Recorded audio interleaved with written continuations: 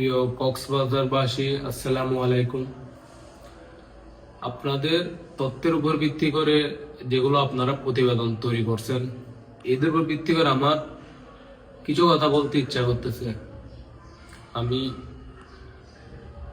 হইতেও পারে, এটা আবার নাও হইতে পারে, এরকম ঘটনা আপনাদের প্রতিবেদনের উপর ভিত্তি করে আমি কিছু কথা বলতেছি, এগুলো মিলে দেখবেন। প্রথমত, এই মামলায় প্রত্যক্ষদর্শী যে মেয়েটার কথা বারবার উঠে আসতেছে, তারিন। প্রথমত, সাংবাদিকের তথ্যের উপর ভিত্তি করে যতটুকু বুঝতেছি, তারিনের সাথে খুরশেদের একটা সম্পর্ক ছিল, এটা তো আপনারাই বলতেছেন। তো সম্পর্ক যেহেতু ছিল, তাদের মধ্যে কিন্তু মধ্যখানে সম্পর্ক ছিল না। হুট করে যেদিন 3 মাস যেহেতু ওদের মধ্যে সম্পর্ক ছিল না, হুট করে যেদিন খুরশেদ ভাই, আমার বন্ধু, যখন সে হত্যা হলো পরিকল্পিতভাবে, তখন কিন্তু তারিকের সাথে তার একাধিকবার মুঠোফোনে যোগাযোগ হয়। আর যোগাযোগ করার পর তারা একটা জিনিস খেয়াল করেন, রাত 10:30টার দিকে তারা কিন্তু দেখা করতে যায় সমুদ্রের দিকে, তারিন আর খুরশেদ। সেকেন্ড কোনো ব্যক্তি এই প্রতিবেদনের উপর ভিত্তি করে, এই সাংবাদিকরা যারা প্রতিবেদন বানাইছে এগুলোর উপর ভিত্তি করে অন্য কেউ ছিল বলতো আপনারাও বলতেছেন, আমিও বলতেছি। হইতেও পারে, এটা আবার নাও হইতে পারে, প্রথমে বলে দিছি। আমার ধারণা থেকে যতটুকু সম্ভব আমি বলতেছি। তারা যখন, আর একটা কথা, ওইখানে হত্যাকাণ্ডে যে দুইধারী দাঁড়ানো জিনিস যেটা ইউজ হয়েছে, এটা তাদের সমন্বয়ে বন্ধু বান্ধবরাই বলতেছে এটা তারিন ইউজ করে। তার কথা হচ্ছে, তারিন ছিল অত্যন্ত সাহসী একটা মেয়ে। সে যে কোনো মিছিল, মিটিং এ, এবং অনেক মেয়েকে সে সেভ করছে, এটাও কিন্তু সাংবাদিক ভাইদেরকে অনেকে বলছে। তো আর একটা জিনিস, একটা কথা না বললে নয়, তারা যখন কবিতা চত্বর হইতে পারে, এটা এরকম হইতে পারে, তারিন আর খুরশেদ ভাই যখন তারা কবিতা চত্বর একদম লাস্টের দিকে, বিচের দিকে যায়, তখন তাদের মধ্যে কোনো একটা কথা নিয়ে দ্বিধাদ্বন্দ্ব ছিল, এবং এক পর্যায়ে তাদের মধ্যে তারিন রাগান্বিত হয়ে, তারিন তো একটু রাগ বেশি, তারিন রাগান্বিত হয়ে তার ওই জিনিস দিয়ে খুবই দ্রুত ভাবে সে খুরশেদকে স্টেপ দিয়ে বসে থাকে। এবং স্টেপ দেওয়ার হইলে, 2-3টে স্টেপ দেওয়া হইলে অতিরিক্ত তখন রক্তক্ষরণ হয়। স্বাভাবিকলি যে কোনো মানুষ যদি দূর দূরান্তে গ্রামে গঞ্জে থাকে, সে যদি দ্রুত চিকিৎসা না পায়, অতিরিক্ত রক্তক্ষরণের কারণে ওই মানুষ মারা যাবে, এটা কিন্তু স্বাভাবিক। তো খুরশেদের যখন অতিরিক্ত রক্ত যাচ্ছিল, রক কেটে যাওয়া, এবং বুকের মধ্যে যখন ধারালো ভাবে আঘাত লাগছে, এটাও সাংবাদিক ভাইরা বলছে, আঘাত লাগছে, তখন তারিন কি করছে, খুরশেদের মোবাইল কিন্তু হাতে ছিল কার, খুরশেদ। কিন্তু আপনারা একটা জিনিস মনে করবেন, খুরশেদ যত বড় বিপদে পড়ুক, ওর প্রথম কলটা যাবে শাহজাহানের কাছে। অথচ ওই দিন কল দিছে কে, তারিনই কল দিছে কাকে, শাহজাহানকে। চাকু মারবার পর তারিন খুব ভালো করে জানতো খুরশেদ ফোন দিয়ে তার বন্ধু শাহজাহানকে কল দিত। খুরশেদ কিন্তু কথা বলতে পারে না, কল দিয়ে দিছে কে, তারিন। এটা কখন দিছে, ঘটনা তারিন করে ফেলার পর হইতে পারে। ঘটনা তারিন করে ফেলার পর যখন অতিরিক্ত রক্তক্ষরণ হচ্ছিল, তখন সে প্রথমে ছিনতাইকারী বলে ডাক দিচ্ছিল। তারপরে কিছুক্ষণ পরে খুরশেদ যখন অজ্ঞান হয়ে যায় অতিরিক্ত রক্তক্ষরণে, তখন সে কি বললো, মানে চাকু মারছে। তখন কিন্তু শাহজাহানও ছিল না, কেউ আসে নাই। অন্য 2টা ছেলে গিয়ে রক্ত মাখা শরীর নিয়ে, ভিডিওতে দেখছি আমি, খুরশেদ অতিরিক্ত বাড়ি হওয়ায় পানির ওইখান থেকে টেনে অর্ধেক আনছে। তখনও কিন্তু খুরশেদ অজ্ঞান ছিল, কারোর সাথে কিন্তু কোনো কথা বলতে পারেনি। তো এখন এরপরে তারিন কি করছে, শাহজাহানকে আনছে। শাহজাহান যে বললো পিটিএ স্কুলের সামনে, খুরশেদের শেষ কথা কি ছিল, ভাই আর একটা ফানি দে, আর একটা ফানি দে। আমি তো মনে করি সে কথাও বলতে পারে না, সে কবিতা চত্বরে তার শেষ নিঃশ্বাস ত্যাগ করছে। ও কারোর সাথে কোনো কথা বলেনি। তারিনই বলছে যাও তোলার ছেলেরা। আর তারিন খুরশেদকে নিয়ে সরাসরি হসপিটালে যায়নি। আর তারিন বোরকা পরে ওই পরিষ্কার হয়ে বাসা থেকে সে গেছে হসপিটালে। এর আগে সে অনেকের সাথে কথা বলছে। ওইখানে আমার মনের ধারণা তারিন করছে বলে বারবার বলতেছি, আমার ধারণা দেখে বলতেছি, এটা বলতেছি না। তো আরেকটা জিনিস, এখানে আমাদের মাননীয় ওসি সাহেব এবং পুলিশ মহোদয় বলতেছে কোটাখালী থেকে তারিখকে অ্যারেস্ট করছে, ও কেন পালাইছে। তারপরে বলছে কোনটা এই রাকিব নামের ছেলেটা কেন কোর্টে সারেন্ডার করতে গেল। হ্যাঁ, এখন এটা বলি, ভিডিও ফুটেজে আমরা যেটা দেখলাম, সাংবাদিক ভাইদের ভিডিও ফুটেজে তার এক রিক্সার তার মোটরসাইকেলের গ্যারেজ থেকে দুইজন ছেলে নিয়ে সেম গেঞ্জি নিয়ে বাসাত সামনে লুডো খেলতে যাক, গেটা খেলতে যাক, এটা ওর ব্যক্তিগত ব্যাপার, সব খেলতে গেছে। ওইখানে কিন্তু হসপিটালের মধ্যে আরিফ পারছেলের নামে একটা বয়েস ভিডিও ভাইরাল হয়েছে। আর জাউতলার কথা উল্লেখ করছে, তারেকের গ্যারেজ ও জাউতলা, এখন আরিফার সাথে তারেকের একটা সম্পর্ক। তো স্বাভাবিকলি সন্দেহর মুখটা কোন দিকে যাবে, আরিফার ছেলে মানে তারেক।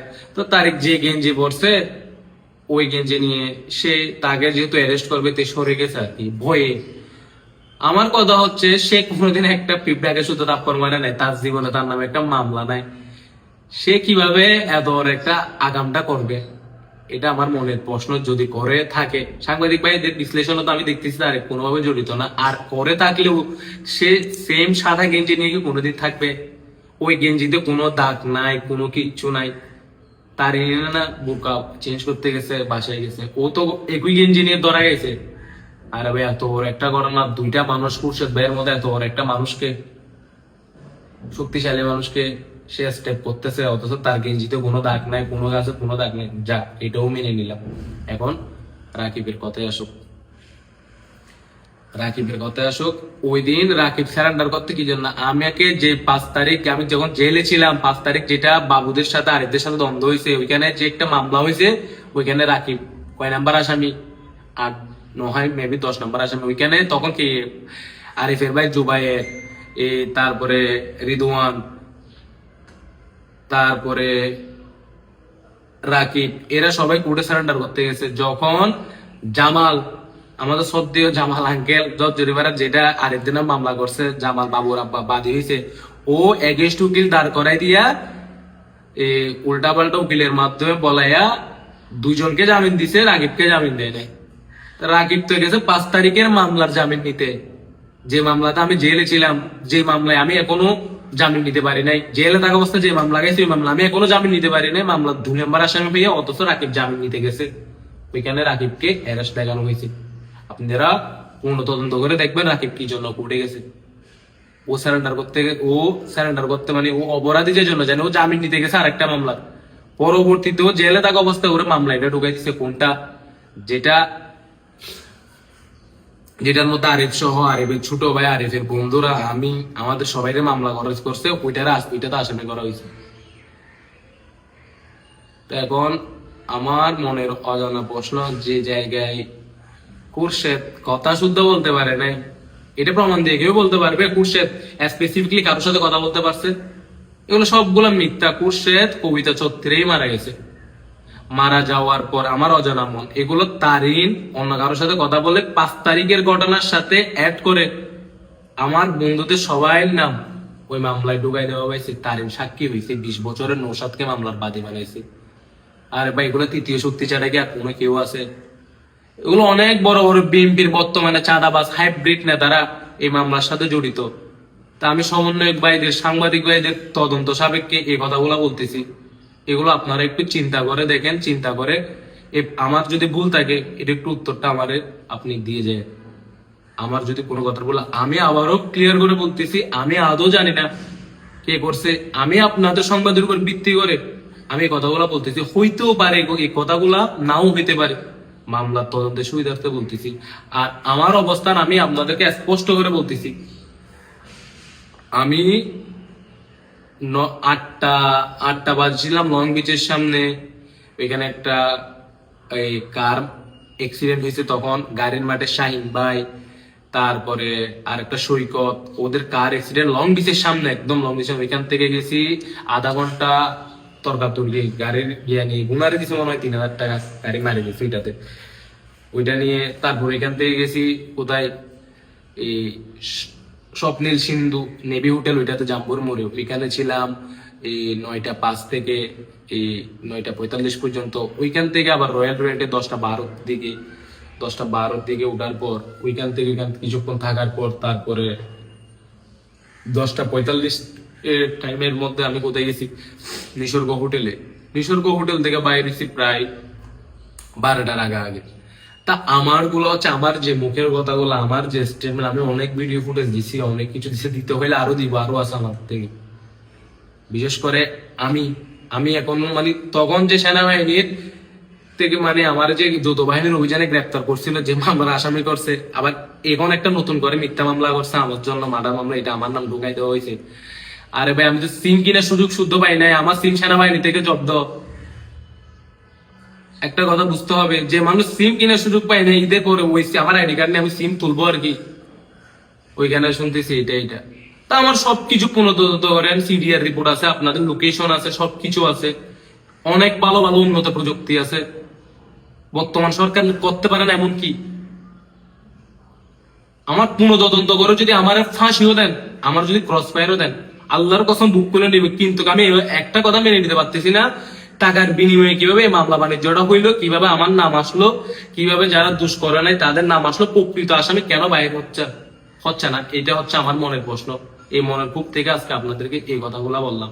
আমি চাই প্রকৃত একজন নিরীহ ছেলে এই মামলা জড়িত না হোক, খুরশেদ ভাইয়ের আত্মার শান্তির জন্য। খুরশেদ ভাই নিজে কষ্ট পাবে, সে যদি কোনো নিরীহ মানুষকে অপরাধিত যুক্ত করে। প্রকৃত আসামি বাইর হোক, প্রকৃত মাস্টার মাইন্ড বাইর হোক। আমি চাই প্রকৃতভাবে আসামিগুলোর জনসম্মুখে বিচার হোক। এতটুকুই আমার বক্তব্য। আসসালামু আলাইকুম।